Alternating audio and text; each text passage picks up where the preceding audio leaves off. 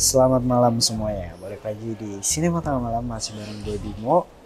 Hari ini gue baru aja kelar nonton The Fall Guys. Ini adalah film yang diperankan oleh Barbie Hammer, yaitu ada Emily Blunt dan juga Ryan Gosling sebagai castnya.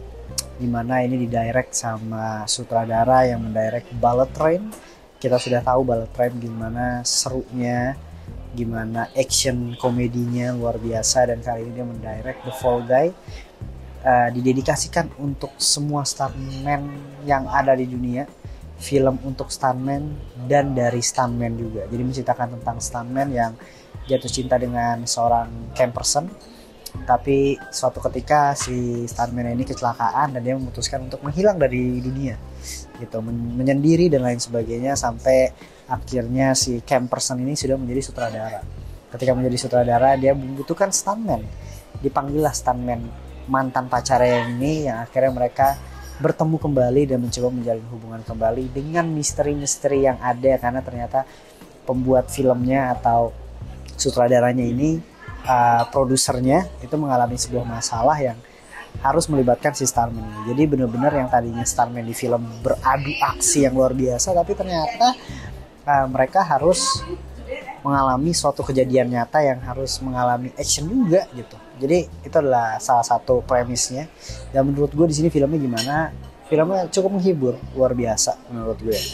Aksinya juga gue akuin keren banget, ditambah visual efeknya yang mungkin perpaduannya cukup ngeblend gitu ya. Dimana aksi berantemnya yang oke, koreonya luar biasa, ditambah efek-efeknya yang keren banget. Ada satu part yang gue suka banget, dimana actionnya pas dia lagi mabuk, gara-gara dikasih minuman yang dia nggak tahu apa. Jadi pas dia ngeliat tuh semuanya jadi kayak setiap dia mukul kayak kartun gitu. Itu luar biasa sih. Gue suka banget sama part itu dan aksi di bagian itu gitu ya. Dan apalagi ya, menurut gue mungkin ceritanya tuh di awal tuh sedikit membosankan. Harus gue akuin sedikit membosankan karena cukup bertele-tele, cukup dragging. Motif seorang stuntman yang sudah menghilang selama setahun untuk balik menjadi stuntman sangat singkat, sangat benar-benar kayak tidak di tweak lebih dalam lagi gitu. Tapi ya udah, it's okay lah, mungkin dia pengen menggunakan shortcut gitu. Tapi ketika udah masuk ke dalam intinya, premisnya, misterinya, itu benar-benar yang kayak mereka bagus banget bisa benar-benar keluar dari kebosanan itu dan menjadi film aksi yang komedinya cukup kental dan cukup kuat, cukup strong juga menurut gue di sana.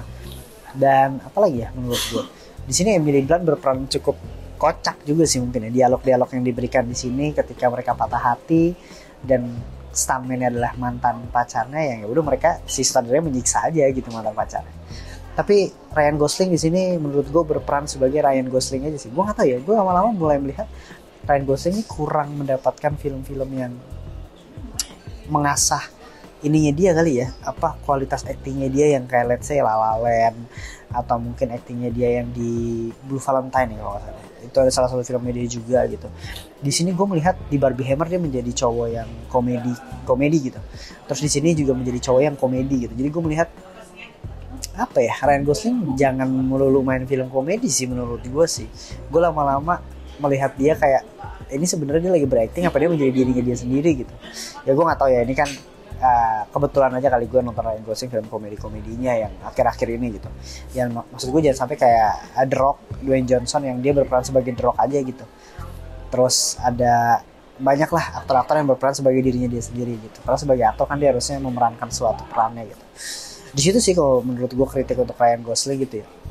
Tapi fine di sini menurut gue aktingnya nggak ada masalah, lucu-lucu aja, fine aja gitu.